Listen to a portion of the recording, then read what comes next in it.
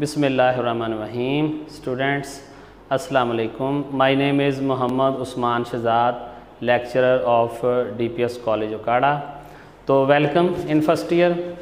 तो today's we are going to start first unit of physics of first year measurements. तो इस unit में हम बहुत सारी मेजरिंग टेक्निक्स, मेजरिंग डिवाइसेस भी इसमें हम डिस्कस कर सकते हैं। तो let's start. First of all, introduction of physics. What is physics? Physics is actually the branch of science. It deals with the study of matter, energy and relationship between matter and energy. तो जैसे कि matter इस room में अगर मैं देखूं तो हर चीज़ ही matter है।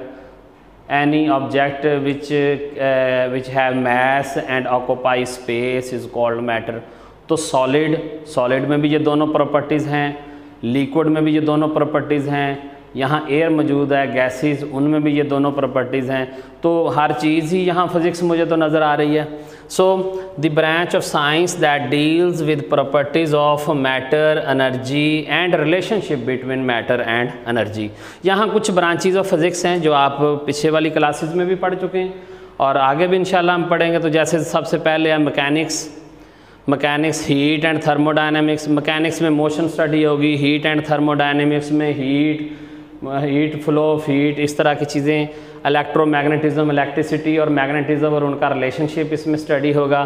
फिर ऑप्टिक्स, लाइट से रिलेटेड इंस्ट्रूमेंट्स जैसा कि कंपाउंड माइक्रोस्कोप, प्रिज्म, बाइनोकुलर वगैरह, इस तरह की चीज़ें, साउंड और इस तरह ये सारी ब्रांचेज ऑफ फिज़िक्स हैं।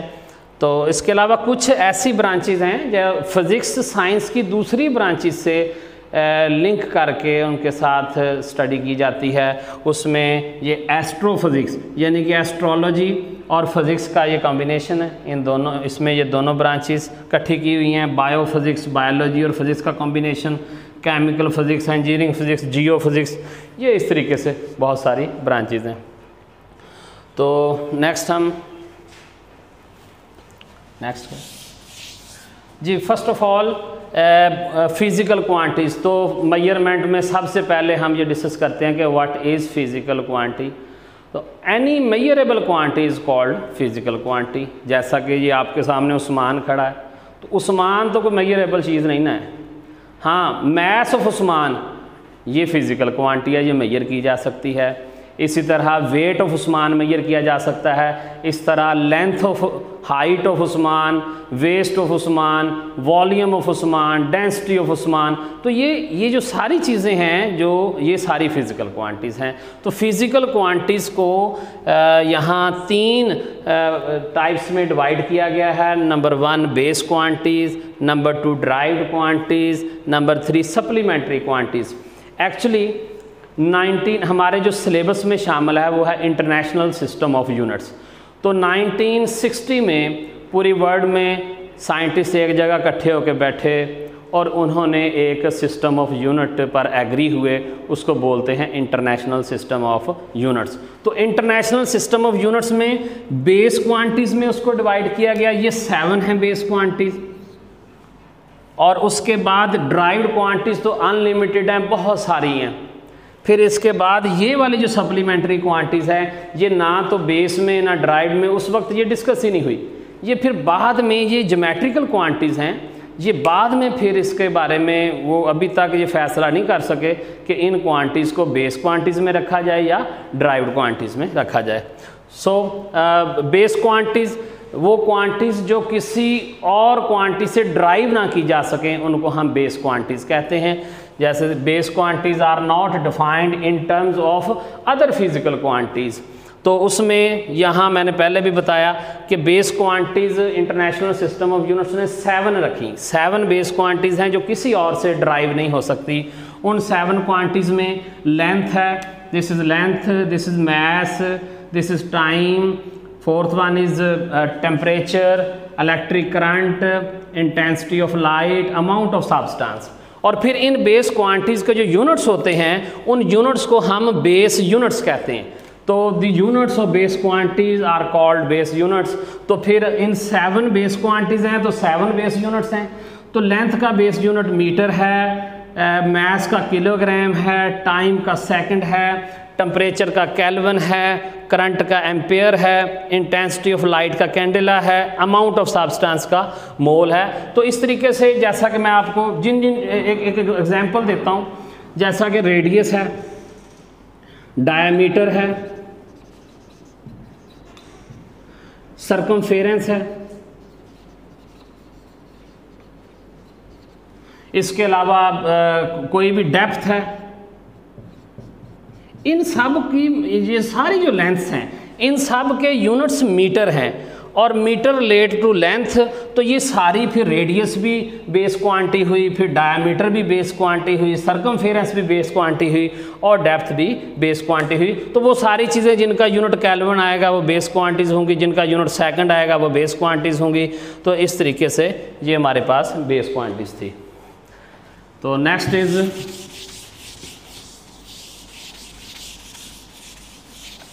ड्राइव्ड क्वांटिटीज, वो क्वांटिटीज जो किसी दूसरी क्वांटिटी से ड्राइव की जा सकें, उन क्वांटिटीज को ड्राइव्ड क्वांटिटीज कहते हैं। अब यहाँ ड्राइव्ड क्वांटिटीज किसी बेस क्वांटिटी से भी ड्राइव की जा सकती हैं और derived quantities other derived quantity से भी ड्राइव की जा सकती हैं, इसलिए इनको ड्राइव्ड क्वांटिटीज कहते हैं। इनकी तादाद तो बहुत सारी है, अनलिमिटेड है, क्योंकि वो एक से दूसरी ड्राइव होती रहती, दूसरी से तीसरी ड्राइव होती रहती है। और इसकी कुछ एग्जांपल यहाँ लिखी हुई हैं, जैसे कि ये एरिया है, एरिया इज ड्राइव्ड क्वांटिटी और इसका formula area of a square rectangle कर लेते हैं, लेंथ इनटू ब्रेड्थ। अब ये भी बेस क्वांटिटी है, ये भी बेस क्वांटिटी है। अब इनके मैं यूनिट्स लगाऊंगा तो ये मीटर और इसका यूनिट भी मीटर, तो ये बन जाएगा मीटर स्क्वायर। सो बेटे एरिया इज ड्राइव्ड क्वांटिटी और metre square is derived unit. तो the units of derived quantities are called derived units. तो एरिया का अभी मैंने यूनिट ड्राइव किया मीटर स्क्वायर, इसी तरीके से वॉल्यूम का यूनिट मीटर क्यूब, फोर्स का यूनिट न्यूटन, फोर्स का मैं ड्राइव कर देता हूँ F is equal to M A according to Newton second law of motion. तो अगर 1 न्यूटन कितना होगा जी, मास अगर 1 किलोग्राम हो और acceleration metre per second square हो तो 1 newton is equal to kilogram metre per second square. तो फोर्स इस तरह मास से और एक्सलेरेशन से ड्राइव हुआ, इसलिए फोर्स भी ड्राइव्ड क्वांटिटी। तो फिर उसके बाद आ जाता है जी वर्क जूल। इस तरह बहुत सारे अनलिमिटेड यूनिट्स ड्राइव्ड यूनिट्स हैं जी। नेक्स्ट हमारे पास जो आ रहा है वो है सप्लीमेंट्री यूनिट्स। जैसा मैंने अभी थोड़ी देर पहले आपको बताया कि 1960 में जब इंटरनेशनल सिस्टम ऑफ यूनिट्स वाले बैठे और उन्होंने वहाँ 2 कैटेगरीज डिफ़ाइन की, 7 बेस यूनिट्स डिफ़ाइन किए और अनलिमिटेड ड्राइव्ड यूनिट्स या ड्राइव्ड क्वांटिटीज़ उन्होंने डिफ़ाइन की। लेकिन ये 2 क्वांटिटीज़ वो कहीं पर उन्होंने मेंशन नहीं की। इनको हम ज्योमेट्रिकल क्वांटिटीज़ भी कह सकते हैं कि वो कैसे ये ज्योमेट्री से रिलेटेड है। जैसे पहली इस क्वांटिटी को फिर अभी तक ये फैसला नहीं हो सका कि ये क्वांटिटीज़ को बेस क्वांटिटीज़ के अंडर रखना है या इनको ड्राइव्ड कहना है, लिहाजा इसका एक नया ही नाम बन गया उसका, तो इसलिए हम इसको सप्लीमेंट्री क्वांटिटीज़ कहते हैं। अब ये जैसे कि प्लेन एंगल है, प्लेन एंगल क्या होता है जी, अच्छा इसका जो यूनिट है वो रेडियन है, प्लेन एंगल का यूनिट रेडियन है और सॉलिड एंगल का यूनिट स्टेरेडियन है।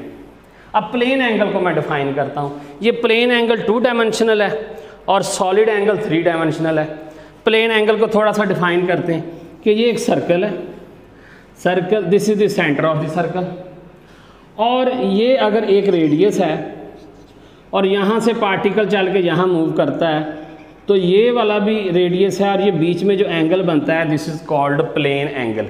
तो ये ज्योमेट्री से रिलेटेड है, इसलिए इसको हम ज्योमेट्रिकल क्वांटिटी भी कह देते हैं। तो इस एंगल का ये जो थीटा एंगल है इसका जो यूनिट है उसको कहते हैं जी रेडियन। एसआई सिस्टम में इसको हमने रेडियन रखा हुआ है।